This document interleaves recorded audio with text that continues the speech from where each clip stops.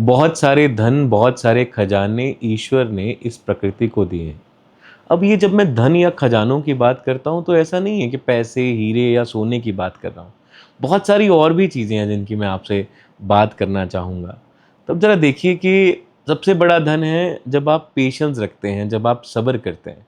आप जब सब्र नहीं करते ना तो चीज़ें आप जल्दी-जल्दी करना चाहते हैं और जल्दी, जल्दी, जल्दी मतलब धैर्य का अंत मतलब ध्यान का अंत और ध्यान का अंत मतलब विश्वास का अंत, परमात्मा का अंत। परमात्मा क्या है? एक विश्वास रूपी प्रकृति का नियम है। जिस ऐसी शक्ति पे आपने देखा नहीं है, जिसे छुआ नहीं जा सकता, जिसे केवल और केवल महसूस किया जा सकता है, इन आँखों से देखा नहीं जा सकता, इन हाथों से छुआ नहीं जा सकता, इस जिह्वा से उसका स्वाद नहीं लिया जा सकता।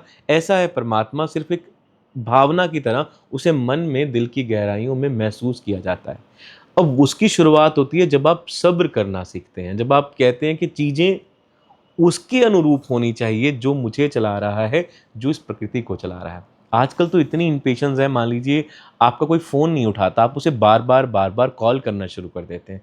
आपकी कोई बात नहीं सुनता, आप जल्ला जाते हैं, आप चिढ़ जाते हैं, आप गुस्से से, क्रोध से भर जाते हैं, क्यों उसने आपकी बात नहीं सुनी। बात मानना, ना मानना तो बाद की बात है, पहले बात सुनने से ही आप जल्ला जाते हैं। अब सोचिए ज़रा, आपकी ईश्वर प्रार्थनाएँ नहीं सुनता, आप रोज़ जाते हैं, प्रार्थना करते हैं, वो नहीं सुनता, आप रोज़ जाते हैं, प्रार्थना करते हैं, वो नहीं सुनता। हालाँकि आप उस प्रार्थना में कुछ न कुछ दुनियावी ही माँग रहे हैं कि मुझे पैसा मिल जाए, मुझे गाड़ी मिल जाए, मुझे अच्छा घर मिल जाए, अच्छी नौकरी मिल जाए। आप माँग दुनियावी रहे हैं और ईश्वर से प्रार्थना करने रोज़ जा रहे हैं।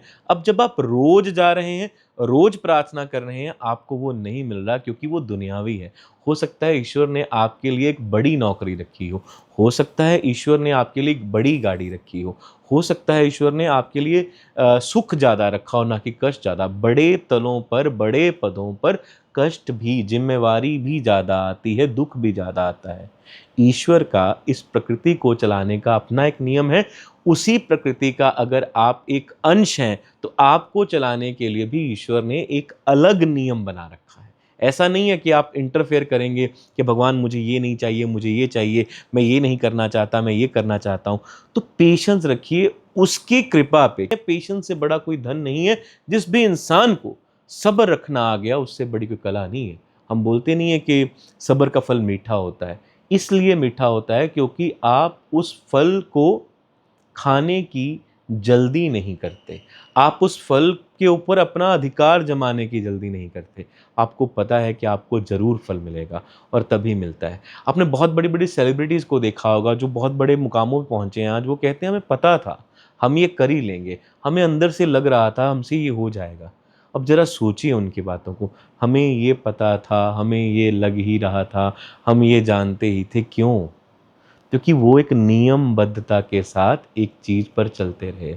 हम तब खराब होते हैं, हम तब बिगड़ते हैं, जब हम चीज़ों के ऊपर, हर चीज़ के ऊपर एक बराबर मात्रा में ध्यान देना शुरू कर देते हैं।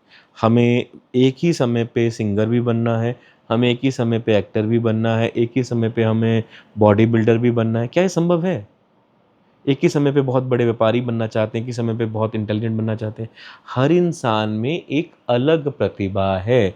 वो प्रतिभा एक बीज की तरह है। जिस प्रकार से एक बीज जो हर पौधे के लिए अलग-अलग समय लेता है। जैसे बैम्बू का, बाँस का ट्री जो है, बाँस का जो बीज है, वो 3-4 साल लेता है।